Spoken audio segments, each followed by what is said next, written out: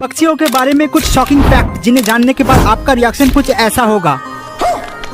Fact number 1, हमारे भारत में parrot की 12 प्रजातियां मौजूद हैं। फैक्ट नंबर 2, पूरी दुनिया में कौवा की 40 प्रजातियां पाई जाती हैं। फैक्ट नंबर 3, कबूतर 1000 किलोमीटर दूर तक रास्ता पहचान सकते हैं और बहुत ही आसानी से अपने घर वापस आ सकते हैं। फैक्ट नंबर 4, उल्लू उड़ते वक्त बिल्कुल भी आवाज नहीं करते, जिससे वे अपने शिकार को बड़े ही आसानी से पकड़ सकते हैं। फैक्ट नंबर 5, किंगफिशर की नजर इतनी तेज होती है कि वो पानी के अंदर भी साफ साफ देख सकता है। पार्ट 2 के लिए कॉमेंट करें।